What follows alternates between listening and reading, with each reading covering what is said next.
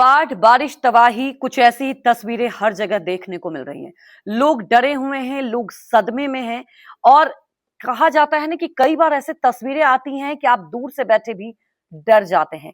आपके जहन में सवाल उठता है कि एक तरफ हम विकास की गति को छू रहे हैं और दूसरी तरफ ये हालात बने हुए हैं।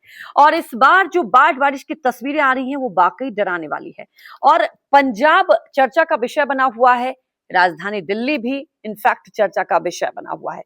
आज हम इस आकलन को समझेंगे कि आखिर क्यों ये स्थिति उत्पन्न हुई है, इसके पीछे वजह क्या है और सबसे बड़ी बात यह है कि क्या साल दर साल ऐसी स्थिति होती है, लेकिन तैयारी क्या है?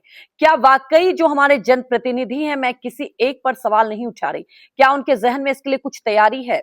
शुरुआत कर लेते हैं राजधानी दिल्ली से। 2023 की मैं आपको ये जो तस्वीरें दिखा रही हूं, आप सोच रहे होंगे बहुत पहले की तस्वीर है। जी नहीं, ये 2023 की तस्वीरें दिखा रही हूं। आप इस तस्वीर को देखिए और ये 2025 की तस्वीरों को देखिए, ऑलमोस्ट आपको सेम दिखाई देंगे। तो ऐसा नहीं है कि ये इसके पहले ऐसी स्थिति नहीं हुई थी, लेकिन क्या उसके बाद कुछ प्रिकॉशन लिया गया? चाहे हम आम आदमी पार्टी की बात कर लें, बीजेपी की बात कर लें, कांग्रेस की बात कर लें, जिसकी भी बात कर लें, आप सत्ता पक्ष में है, विपक्ष में, क्योंकि आपको तो राजनीतिक रोटियां सेकनी है। ये बहुत मूलभूत बातें हो जाती हैं। और क्या होता है ना कि इस आप कुछ भी निर्माण करते हैं तो उसके पीछे साइंटिफिक एक पहलू होता है, वो पूरा आकलन करना था फिर निर्माण होता है। लेकिन खैर हमारे देश में ऐसा कुछ होता नहीं, कोई सोचता नहीं, जाने तो जाते रहती हैं और उसके बाद फिर जब जान जाती हैं तो मुआवजे की बात कर दी जाती है। अब पंजाब में आप जो देख रहे हैं भारी तबाही, आपको ये बता दें सभी जिले डूब चुके हैं और करीब, मैं आंकड़े बता रही हूं, 45 से ज्यादा लोगों की मौत हो चुकी है।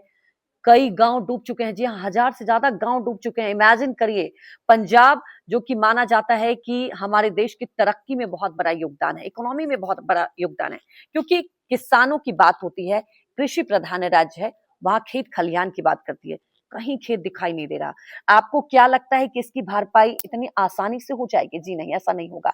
1988 के बाद पहली बार पंजाब में ये हालात बने। तो आप सोच रहे होंगे कि ऐसा अचानक से हो गया? जी नहीं। अब आप समझिए कि ये स्थिति उत्पन्न क्यों हुई। दरअसल अगर पहाड़ी इलाकों की बात करें, चाहे आप हिमाचल की बात करें, चाहे उत्तराखंड की बात करें, जम्मू कश्मीर की बात करें, इस बार औसत से ज्यादा बारिश हुई। वहां पर लैंडस्लाइड हुआ, जिसकी वजह से बादल फटने से बहुत ज्यादा फ्लो में पानी आया और वो निचले इलाकों में बह गया। अब पंजाब की बात करें तो डैम खोले गए और आपको बता दें डैम खोलने से करीब 26% से फर्क पड़ा।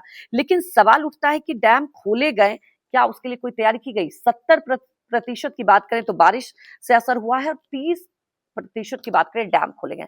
डैम क्यों खोले जाते हैं? जब बहुत ज्यादा पानी का प्रेशर हो जाता है, जब ऊपरी इलाकों से पानी आता है तो आपको मजबूरन डैम खोलना पड़ता है और उसके बाद निचले इलाकों में पानी घुस जाता है।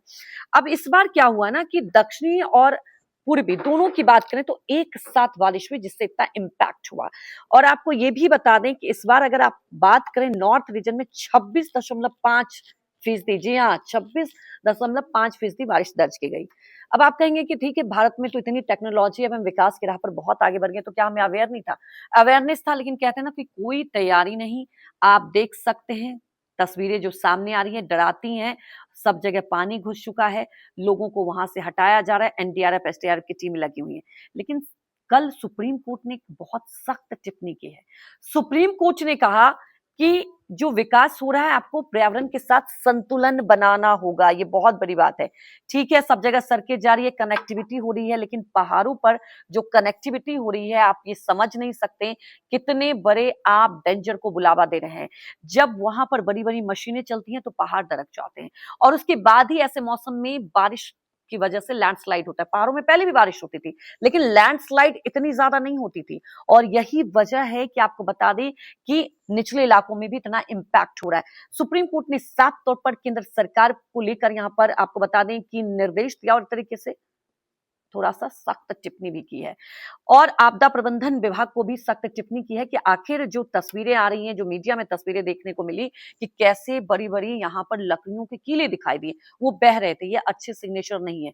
क्यों? क्योंकि पेड़ों की कटाई बहुत ज्यादा हो रही है और यहाँ पर जब पेड़ों की कटाई होती है, जब रोडों का चौड़ीकरण होता है, तो उसके पीछे आगे पहलू क्या है नहीं देखा जाता। आप किसी को कॉन्ट्रैक्ट दे देते हैं और वो ना कोई आकलन करते हैं कि आप ये भी जान लें, पहाड़ों पर जो स्ट्रक्चर होता है बिल्कुल अलग होता है, लेकिन इन किसी पैमानों को नहीं माना जा रहा है, जिसकी वजह से ये तबाही की हर जगह तस्वीरें सामने आ रही है। क्या होता है ना कि कई बार विडंबना हो जाती है।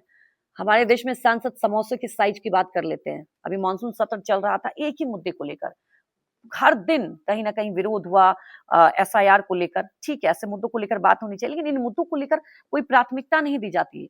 रवि किशन एक दिन पूरा जब बोलने का मौका मिला, समोसे को साइज को लेकर वो चर्चा कर रहे थे। हंसी आ जाती है कि समोसे से ऊपर उठ के जरा ये देखिए तबाही की तस्वीरें। मैं किसी एक जनप्रतिनिधि को नहीं करी, शायद यही तस्वीरें हैं। मंडी में बहुत बुरे हाल हैं, और आपने देखा कि कंगना रनौत ने क्या कहा कि ये तो होते ही रहता है, इसमें हम क्या कर सकते हैं, ये तो प्रकृति की आपदा है। तो जब प्रकृति की तरफ है तो जनता वो क्यों आपको चुनती है? ये बड़ा सवाल है, और आप लोग भी ये सवाल जरूर पूछे अपने जनप्रतिनिधि से।